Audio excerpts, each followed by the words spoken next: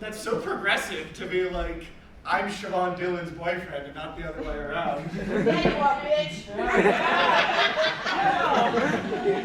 It's good to have a preview of my night ahead. Guys, we had a tough week. we had a tough week. I went to the dentist last Tuesday on election day because I believe that even during the apocalypse, you should face it with minimal plaque. I actually do though, like, really like my dentist. She's wonderful, and so I made sure to like really floss a lot because I wanted her to tell me like how proud she was of me. Because words of affirmation are my love language, and even though she hasn't said it yet, I can tell she's thinking about it. So you can imagine my disappointment when I had a different hygienist. And she walks in, she's holding my file, and she looks up at me, and she looks down. And I know she's read my name, Andrew Mister, because she smiles. And she says, "You know I gotta ask." But you don't. You don't. When people see my name, it's like when your dog sees a squirrel, and you see the tail go up, and you're like, don't.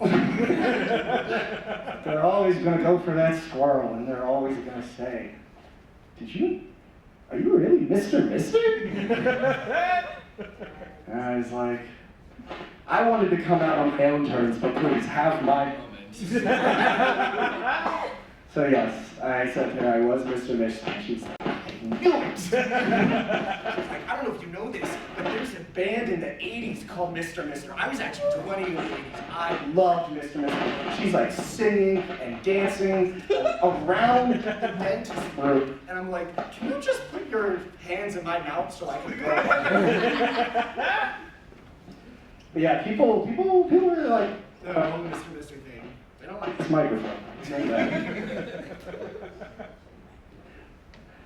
And the disappointing news is that this whole last name thing was a mistake. See, my name comes from German. Sorry, it comes from an illiterate German who rolled up to Ellis Island so many years ago, not speaking a word of English, picked up legally binding immigration firms and was like, "We fighting signing the papers anyways." And where he was supposed to write his last name, he wrote the German word Meister, which like kind of loosely translates to boss, which is a very weird way to make a power play for a starting salary. To just walk into a country and be like, "This German is the boss." No need for the resume, take my vote. And the thing is, they didn't like question it, they let it happen. And what I realized is that there was definitely some asshole at Ellis Island letting people write jobs down as last names. Right? Because you know a carpenter, you know, a cook, a butler. I mean, for God's sakes, Harry Potter? That's a job description.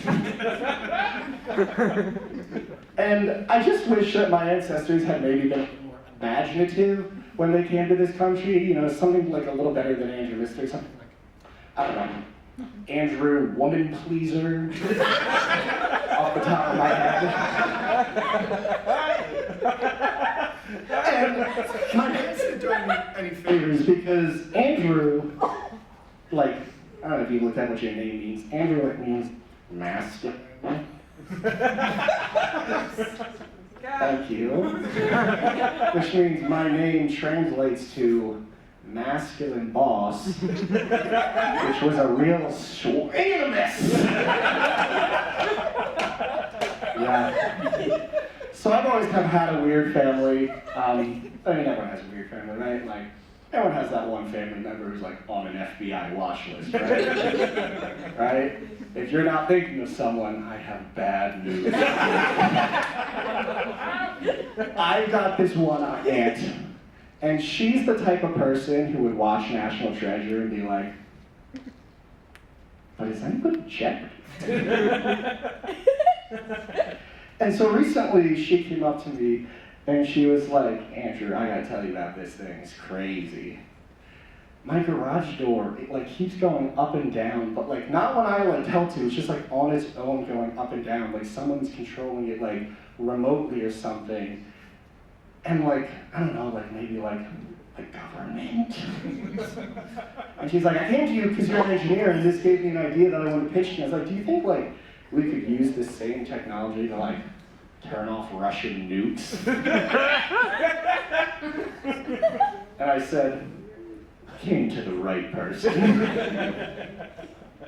So she's like, awesome, okay, because like I have all these questions, and I'm gonna go over to the University of Maryland, and I'm gonna go talk with professors, because I need to do my own research. They really exist. And I said to her, if you go to the University of Maryland and start asking professors how to turn off Russian nukes with a garage door opener, what you will discover is how to win a free trip to the FBI. And not like you're on an episode of Shark Tank.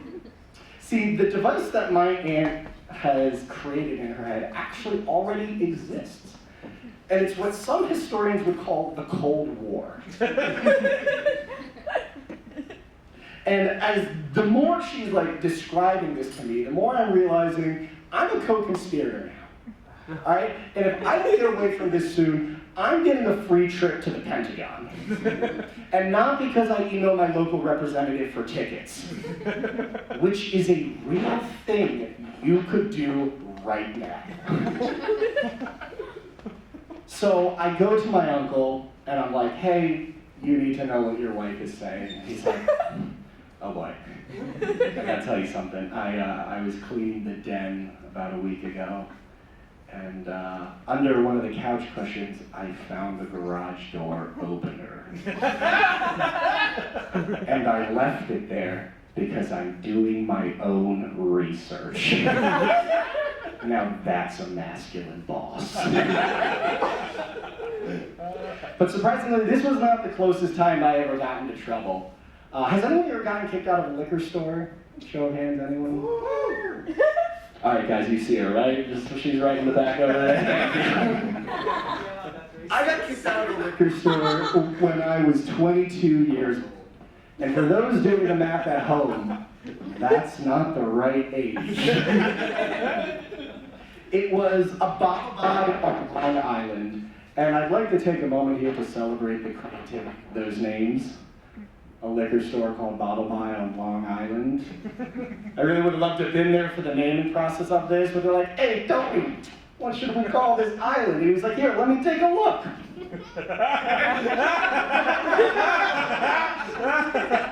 I got it. It's called a liquor store Bottle Buy. Like, are you gonna call like an orphanage Child Take? So we get to this liquor store, and I don't wanna buy anything. I wasn't gonna buy anything, but my friend is gonna go in, and I decided I should go in with her because I didn't want to look like one of those dogs that gets left in a car with a sign that says like, my friends will be right back. Because like, look at Andrew Woman Pleaser over here. My friends are not coming right back.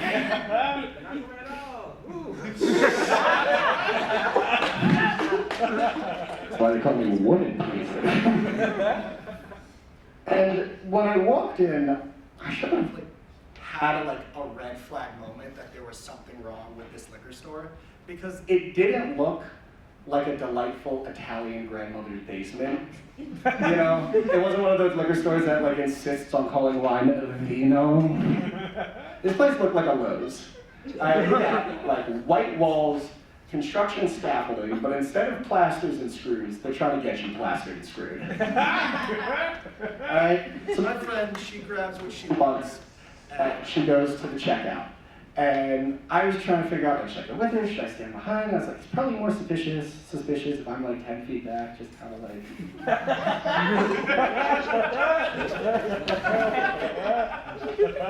So I follow her to the register, and they ask for her ID, they ask for my ID, I hand them my ID. It's clearly not fake, it's from Maryland. See? Yeah. No one likes Maryland. Even Abraham Lincoln had to declare martial law on Maryland. We got like Old Bay seasoning and like Antietam. I was in the great state of New York. I would have loved to have been from New York. New York has like the Statue of Liberty and 28 electoral votes. So I showed them my ID, they hand it back, and the cashier's like, okay, now I need to see your credit card as a second form of ID. And I just thought it was really neat to see duo two-factor authentication just out in the wild. And if you remember, I wasn't buying anything, so I didn't have my wallet on me. And I explained this to her, and I say, look, but if you need a second form of ID, you can pull up some pictures, and I'll point at the ones with stop signs in there. And the thing about the credit card as a second form of ID is that, like, the credit card doesn't have your age on it, right? It only has your name. The only reason you want to see it is if you thought I was using a fake name, like Andrew Mister. And so as I'm going back and forth with this cashier, the manager comes over, which is crazy because, like, unlike any other white person, I do not ask for this. All right? And she's like yelling at me, and that's when I remember I have my wild card, I have my school ID, and that has my name and my birthday. I'm like, oh my God, I figured this out. I have this ID. And I'm like, hey, I've got my school ID. I explained to her, and she's like, there are a lot of schools around here. I was like, how long is this island? And so finally, once again, the realization hits me. I'm not buying anything. I can just leave. And I say to the manager, I'll just get out of here. Like, this was a mistake. I get it, I'll leave. And she goes, that ship has sailed, buddy. So now I'm mad. I'm pissed. My friend's pissed, we're mad. We're so mad. And like, we were ready to let him have it. And we were really proud of what we did here, okay? Because we were so mad, we were escorted out of the building. And on the way out, I looked at the manager and I was like, you have no idea what you're doing.